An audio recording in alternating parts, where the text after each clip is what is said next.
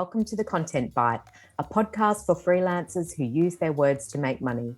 I'm Rachel Smith, a freelance journalist, copywriter, and content producer.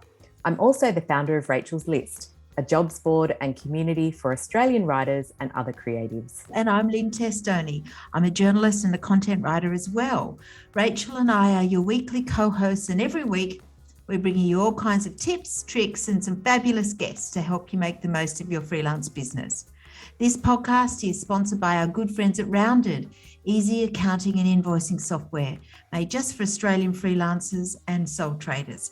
It's everything you need to make freelancing easier. Find out more at rounded.com.au. Also, if you're a gold member of Rachel's List, Rounded is giving you 20% off an annual subscription plan. Upgrade to gold membership for all the details. Hi, Rach. Hope you're all better now. Oh, COVID really knocked you for six, didn't it? It did, because then I had something else after COVID. Everyone said you'll get sick with something else.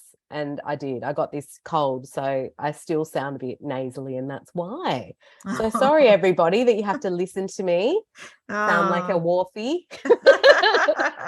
Oh, never mind. But this week we've got something a little bit different, which I think would be great, because we thought we'd get a guest who works in a different way than us, an agency copywriter. I mean, I love Mad Men, and we've all Mad Men. and we've heard the stories about working for large ad agencies. So we thought we'd be great to chat about how these agencies really work and what it's like working at the big end of town for the big brands. Yeah, I think we've all wondered about the culture of those places. Obviously, Mad Men, is not giving us the real picture of what it's like today. But I think there would be some great stories, and I'm really looking forward to our guest today. Yeah, I think it's a great topic, and I'm sure our guest has lots of interesting tales. So I'll introduce him, shall I?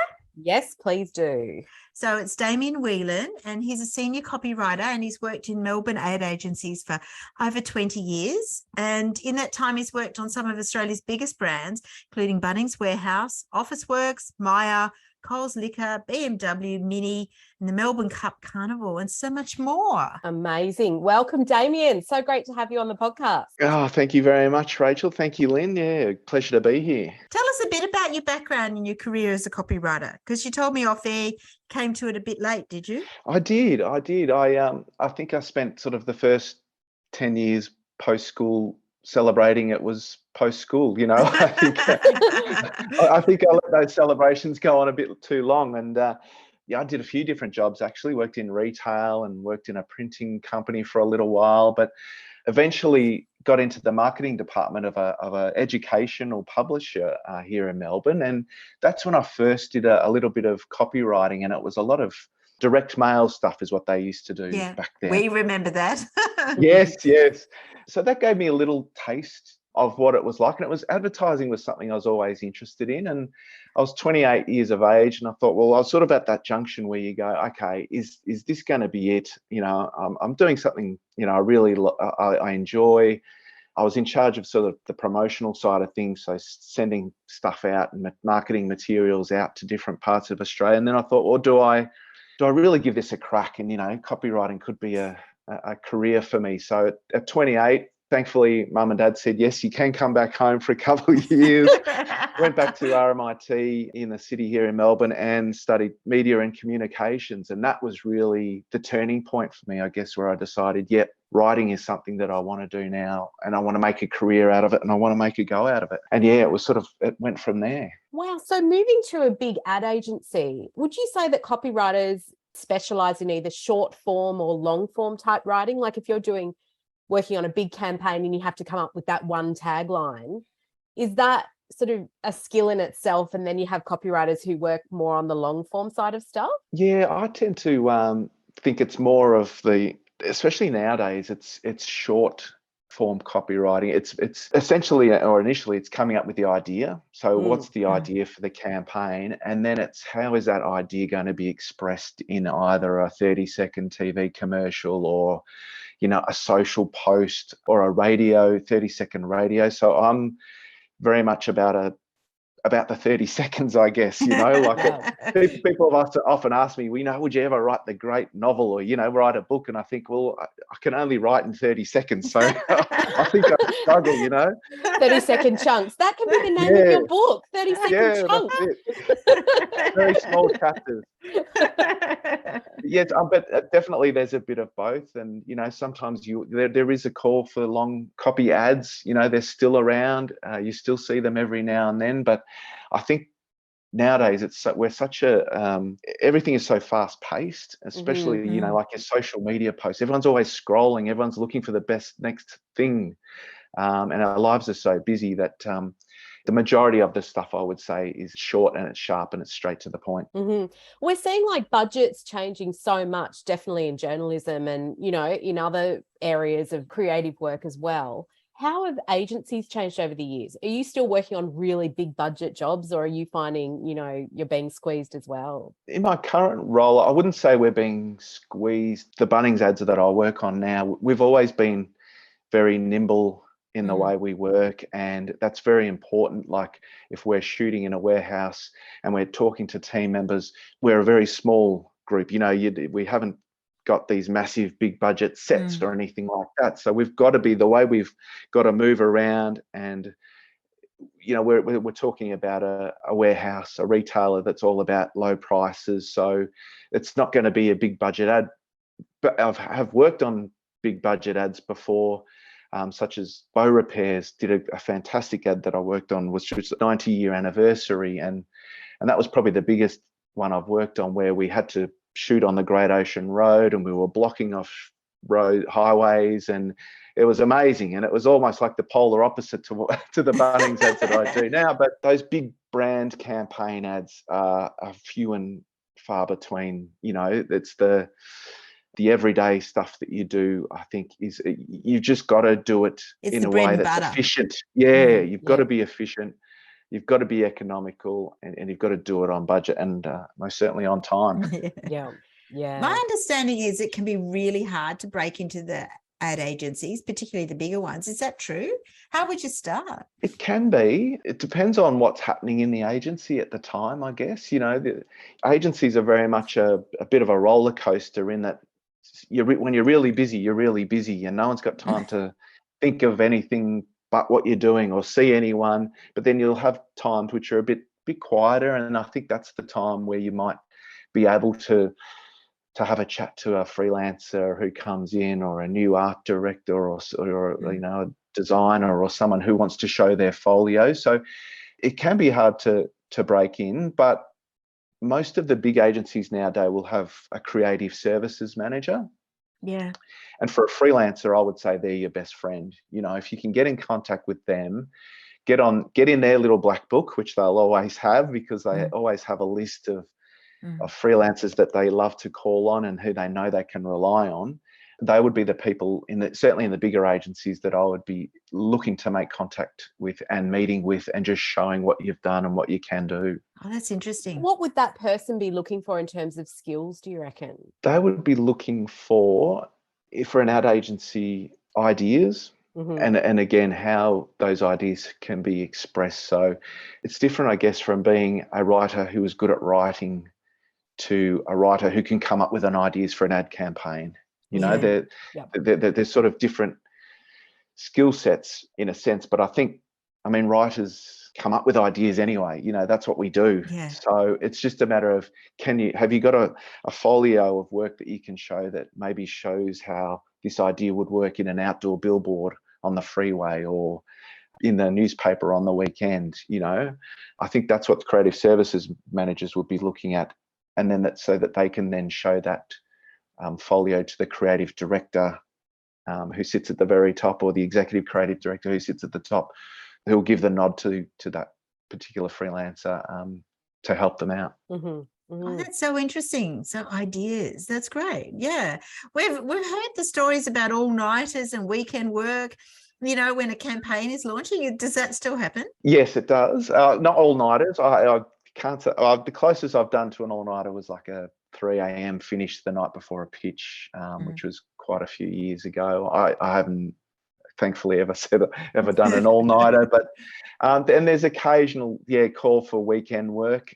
Again, if there's a big pitch on that you're trying to win, or the clients decided they want this campaign on air by Tuesday, it's just one of those things where you just do it, and it's thankfully doesn't happen that often, to be honest. Like it's not a weekly or even probably a monthly occurrence, but it happens every now and then, and everyone just pitches in and just gets it done. Yeah. I think as a freelancer, you are not obliged to do that. I think as a freelancer, the beauty of being a freelancer, I guess, is you can say whether you're going to do that or not. You say, look, I'm here to work from 9 till 5 or whatever the hours are.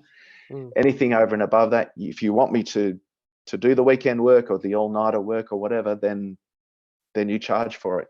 That's extra. That's on top of what you're there to do. So I think the freedom and the flexibility is what freelancing is all about, and I think you can set those terms.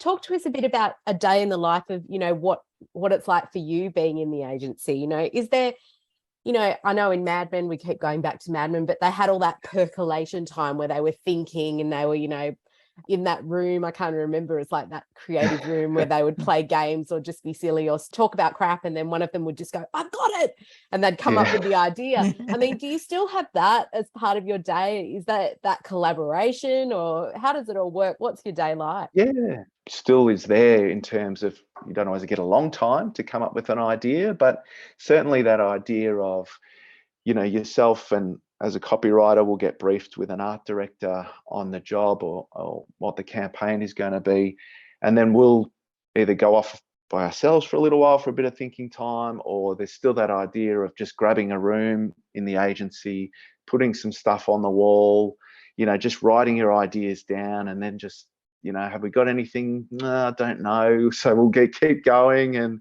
and then lunchtime will come, go and grab some lunch, go for a walk, come back, maybe something will pop into your head that wasn't there before. A good old-fashioned brainstorm, really. Yeah, that's what it is. Yeah, and I think it's just getting the ideas out there, and eventually you'll come up with something that you both really like and that you'd be happy to present to the client and to go forward with. It's a matter of collaboration. People work differently. I like to grab a brief and then have a bit of time on my own just to read through it and jot down my initial thoughts, and then we'll get together as a team, the copywriter and the art director, and really start nutting it out. If your team is really struggling to come up with things, do you have like swipe files and things that you've kept for years or collected for years that you go through, or is that part of it as well, the process?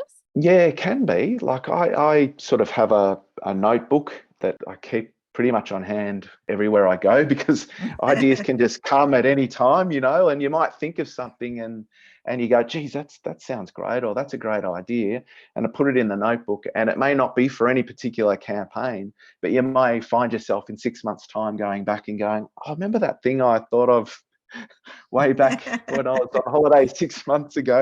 So there might be just a little nugget there that you can, a little gem that you can use for that particular campaign that might make it easier.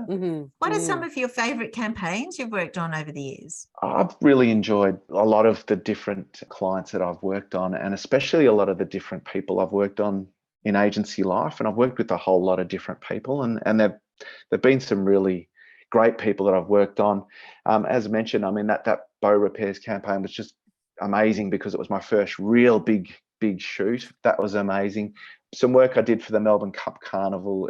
There's a bit of a thrill in seeing your work all over town, whether it's on flags or Yes. a billboard. And you know how Melbourne tends to go crazy for the Cup Carnival, that your idea is sort of everywhere. Wherever you look in town, there's an amazing thrill in that. And the Bunnings stuff, I mean, is great. I really enjoy that, and I love talking to team members.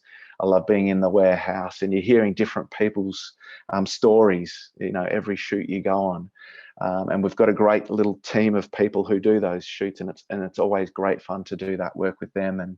And again, you're watching Friday night footy or whatever, and the Bunnings ad pops up, and the kids go, "Is that one of yours, Dad? Is that one of yours?"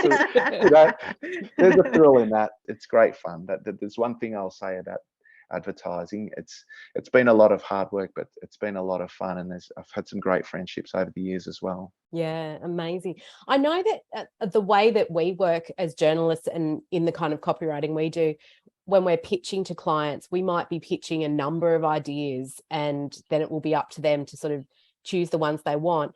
And I tend to think in ad agencies, you distill that one idea down and you do the storyboards and you present it as this one idea. Is that the case, or are you sometimes giving them 3 to choose from? Yeah, no, we'll have a similar thing, especially in the very early presentation. So the first presentation back from getting a brief, we would always probably have a minimum of 3 ideas to go back. I think more than 3, and I think it starts to look like you don't really know what you want, like, or what the answer is. But I think 3 is ideal, because you're sort of saying, well, you could answer it this way, you could answer it this way, or you could answer it this way, and it may have 3 different ideas and 3 different looks to it. So you've got 3 different visual directions, 3 different ways to express the idea. We do, exactly the same thing. And then from that, the client will then generally choose one that they really like, possibly 2, but generally we'll find the one that they really like. And then it's a matter of, right, we really amplify that idea in all the different channels, whether it's, hey, here's how the TV will look, here's how the radio, here's how the outdoor billboard will look. And then you get a really comprehensive picture of the campaign. That must be really annoying when they go, I really like idea A and idea C. Can you just like merge those 2 together in a hybrid of... I'm sure that happens. We love that. Yeah, we love that. It does happen. And you know what? The answer is always yes. Yes, we can do that. Yes. No worries.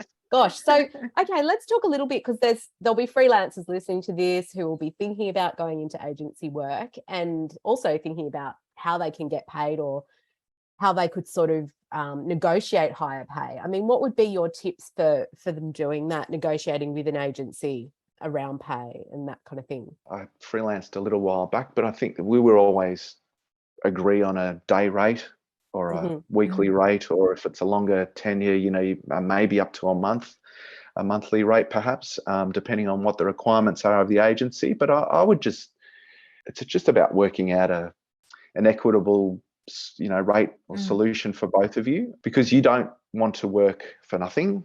And agencies don't expect you to either. But I think it's just about coming to an agreement where you're both happy.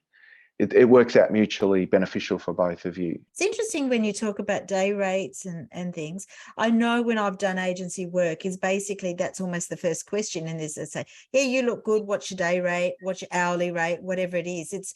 So you really need to have the answer to that question before, don't you? Yeah, I would go in knowing that this is what I expect, and the agency might say, oh, that's not what we pay generally. We pay this amount, and if you look at that and you go, okay, it's not my top rate that I would love, but I'm happy with that. I can deal with it, without losing. Obviously no one wants to do that, but if you can come to an even playing field where you're both happy, that's the ideal.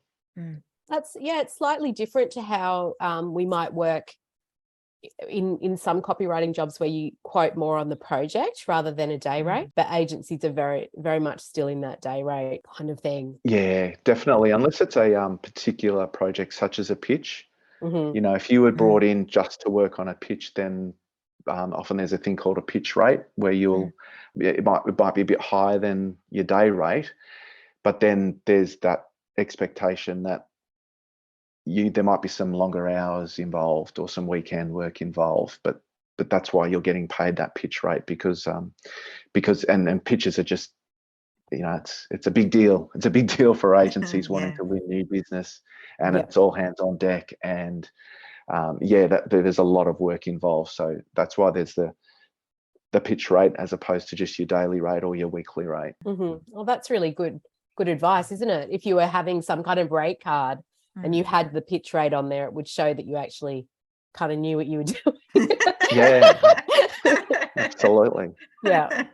So why do clients go to an agency instead of a freelancer directly? I mean, is it mostly the size and the scale? Yeah, I think so. I think it's the broad offering of an agency. It's the fact that there's you're going to get that full account management offer. So, you've always got someone to call, you've got an account manager on hand, you've got access to strategy. So, you've got strategy experts, you've got design studios. So it's it's your one-stop shop, I guess. I think it's just that level of service that certainly the bigger clients need and expect. Do you think that perception that ad agencies are a bit of a boys' club, still holds any truth? The long lunches and the golf days and the decanter of scotch, whiskey, or whatever it was.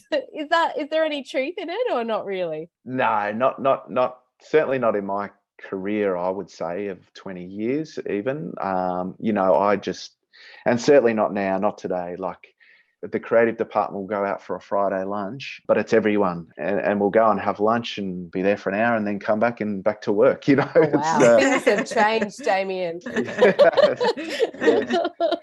And change for the better. That's the way it should be. The boys' club is it just doesn't exist. Not that I've seen anyway. Yeah. And clients wouldn't be like that anymore either. They probably used to be part of that, but they wouldn't be now, would they? No. You're dealing with everyone from all walks of life, and I think that's a great thing. And I think agencies are getting better and better at being more flexible with people and people's time and people's commitments, which is also a great thing. Look at me working from home today, and I've got to pick up the kids at 3 o'clock from school, and fantastic. The agencies allows me to do that, and I think we're getting better at knowing that people, yes, will put in the work, but we've got other lives and we've got other commitments, and people just need that flexibility these days. And if there's one thing that's come out of the last 2 years that's a positive, I think that's it. It's showing that we can do this from home and we can get the job done, and we can get it done really well. Yeah, it's definitely getting better in that regard. I think that kind of approach of companies across the board to flexibility, that's great to hear that it's in agencies. So what sort of qualifications do you think that writers or freelancers should need? Because I know for years it used to be always about award school, which is a bit of an ad industry sort of training thing, or is it more about your portfolio now? It's definitely about your portfolio. I don't think award school is a must-have to get in. Like, I don't think you'll be asked, have you done it? I think it's always a bonus if you have. I think for the younger crew who are entering agency land, it's a bit more of an expectation that you'll do it. But certainly, I think it's more about just having a folio of ideas that you could happily show to a creative director or an ECD, and they'll look at it and go, yep, there's some great ideas in here, come in.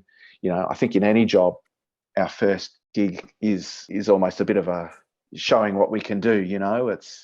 It's a trial almost, but if you can show that you are good at what you do and you fit in and the work's great, then you're going to be asked back. There's no one path. You may have been a journalist, you may have been a psychologist, you may have stacked shelves at Woolies. There's good ideas are good ideas. Yeah. And if you can show them, then you've got a good chance of getting an agency job. What would be your advice to someone who is a good writer but wanted to move into ad agencies and had to kind of change their thinking in the sense of what you were saying before, like I think in 30-second chunks, and that's how I do it, to take that idea and distill that message down? How do you get better at that? I think it's just practice. And I find I'm still getting better at it now. I think you just don't stop improving and getting better, and it's certainly a skill to distill whatever idea you have into a 6-word or 5-word headline that can go on a billboard on the freeway, or it's just a matter of practicing and getting to know the ways you can express things in as short amount of time as possible. And did you find your course really helped with that, or was it more on the job stuff that taught you? Definitely on the job. Yeah, there's nothing like being in an agency and showing a creative director your work and then saying, yeah, great idea, but it's too long, and what's the core of the idea? How can you distill this down into its shortest but clearest form? So yeah, no, I think there's nothing like being like anything, I guess, on the job, learning as you go. And as I say, I'm still learning now. Yeah. Oh, I think we all are. You can look back on your old stuff and go, that was terrible. Oh my God. Yes. I sometimes like to see that. I go, that was quite good. Sometimes, yeah. I go, I'm better than I thought I was. The really old stuff, you just never want that to see the light of day. I know. Pull that out of your portfolio.